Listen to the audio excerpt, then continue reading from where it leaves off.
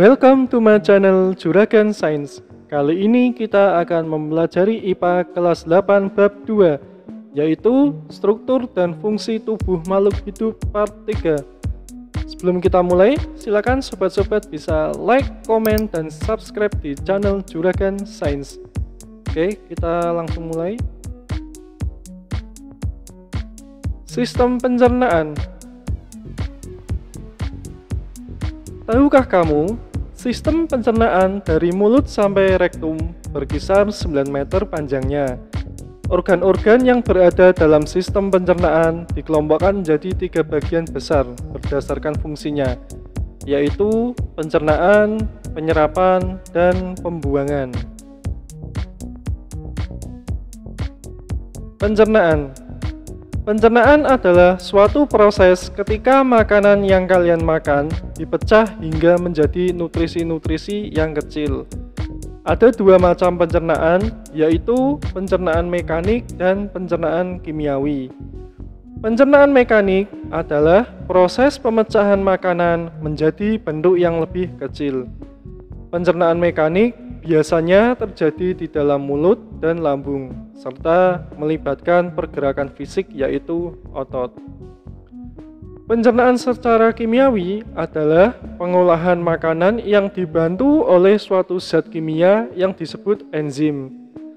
Pencernaan kimiawi terjadi di beberapa bagian dalam sistem pencernaan, seperti di mulut, lambung, dan usus halus.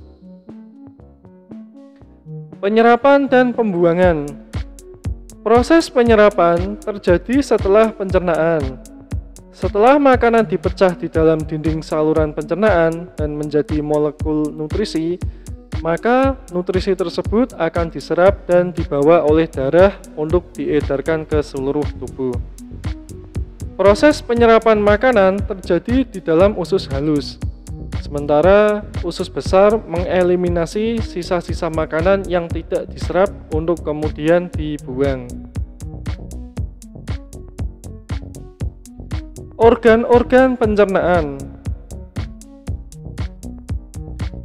Pertama, mulut. Di dalam mulut terjadi proses pencernaan secara mekanik dan secara kimiawi. Gigi dan lidah berperan dalam proses pencernaan secara mekanik.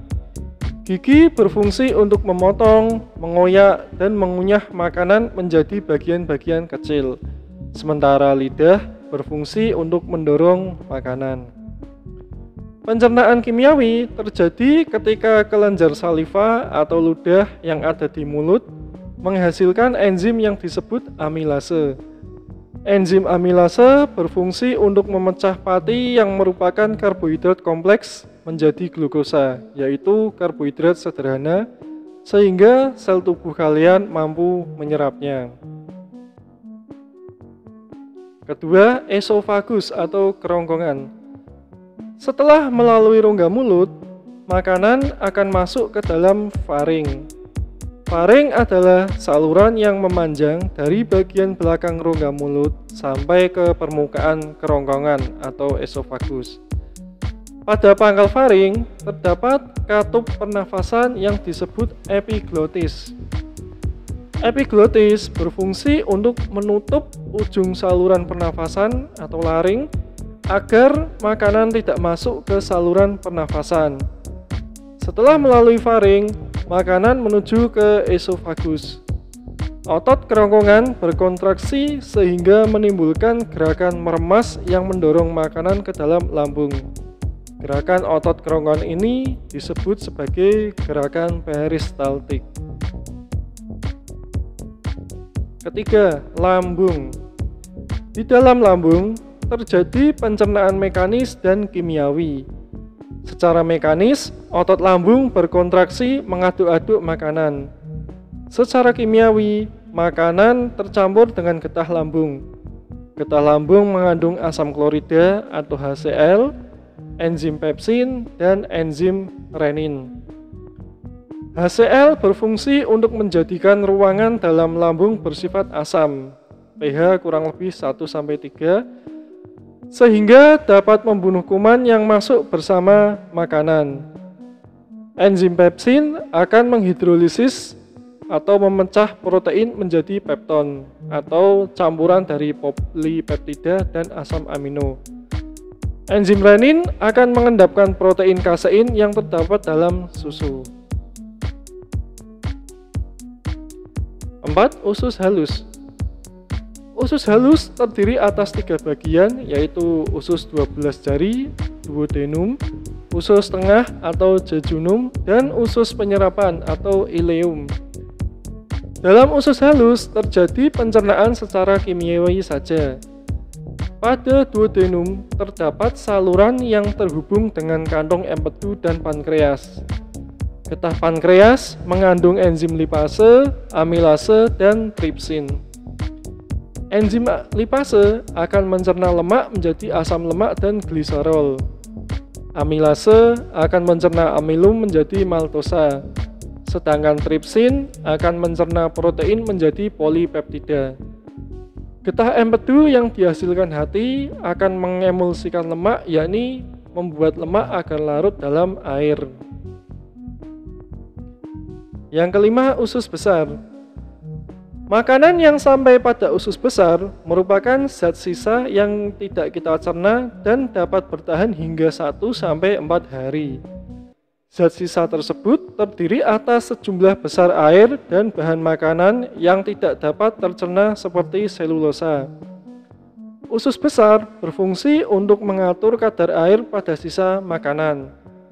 Bakteri Escherichia coli banyak terdapat pada usus besar yang berfungsi untuk membantu pembusukan sisa-sisa makanan. Yang keenam, terakhir, anus. Anus merupakan organ pencernaan terakhir yang berfungsi sebagai tempat keluarnya zat sisa pencernaan. Gangguan pada sistem pencernaan. Yang pertama ada obesitas. Obesitas merupakan peristiwa di mana tubuh memiliki kandungan lemak yang berlebih. Obesitas meningkatkan resiko terkena penyakit jantung, stroke, dan diabetes. Obesitas dapat terjadi akibat pola makan yang suka berlebihan dan kurangnya aktivitas tubuh. 2. Karies gigi. Merupakan peristiwa keroposnya gigi akibat gigi berlubang. Hal ini dapat terjadi karena seseorang jarang menggosok gigi sehingga ruangan mulut menjadi asam dan banyak bakteri yang bersarang di gigi.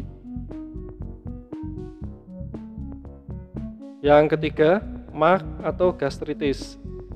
MAG terjadi akibat produksi asam lambung yang berlebih akibat pola makan yang tidak teratur, stres, dan makan makanan yang terlalu pedas atau asam. MAG mengakibatkan lapisan lambung terjadi peradangan atau iritasi. Kemudian diare.